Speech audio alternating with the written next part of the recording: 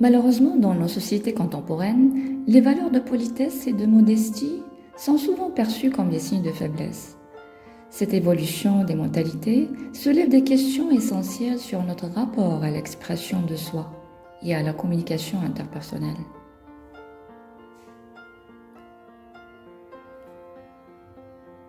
Cette évolution des mentalités soulève des questions essentielles sur notre rapport à l'expression de soi et à la communication interpersonnelle. La politesse était valorisée comme un moyen d'établir des relations harmonieuses. Elle était considérée comme un signe de respect envers autrui et un élément fondamental de la vie en société. La modestie, quant à elle, était perçue comme une qualité morale, une façon de reconnaître ses limites et d'apprécier les contributions des autres. Cependant, dans un monde où l'individualisme et la compétition sont souvent mis en avant, ces qualités semblent perdre de leur attrait.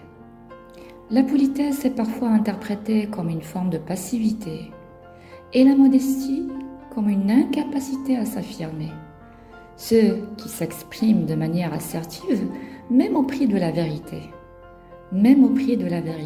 sont souvent admirés.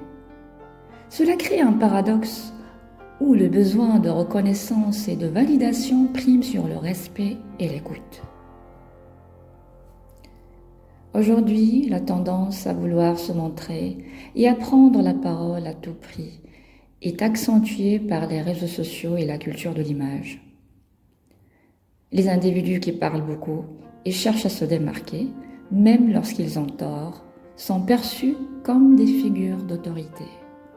Cette dynamique valorise l'assertivité, parfois au détriment de l'honnêteté intellectuelle. Le débat devient alors un terrain où le volume de la voix et l'assurance l'emportent sur la qualité des arguments.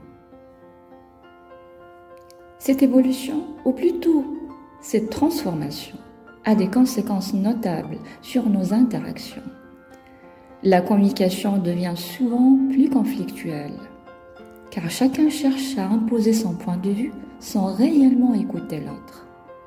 Cela peut mener à des malentendus, à une augmentation des tensions sociales et à une diminution de la capacité d'empathie.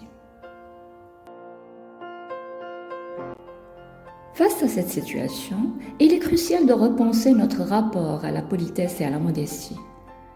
La perception actuelle de la politesse et de la modestie comme des faiblesses soulève des enjeux importants pour notre cohésion sociale.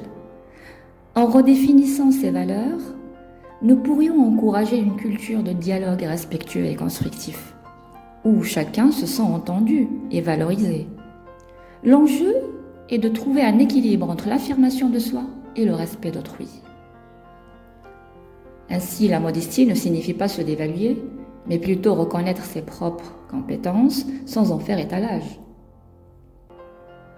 La véritable force réside dans la capacité à être humble, tout en ayant des convictions fortes. En fin de compte, la modestie, lorsqu'elle est pratiquée avec une communication assertive et une reconnaissance des contributions des autres, peut renforcer l'image d'une personne compétente et confiante. En cultivant cet équilibre, on montre que la modestie est non seulement une qualité admirable, mais aussi une véritable force dans le monde professionnel et personnel.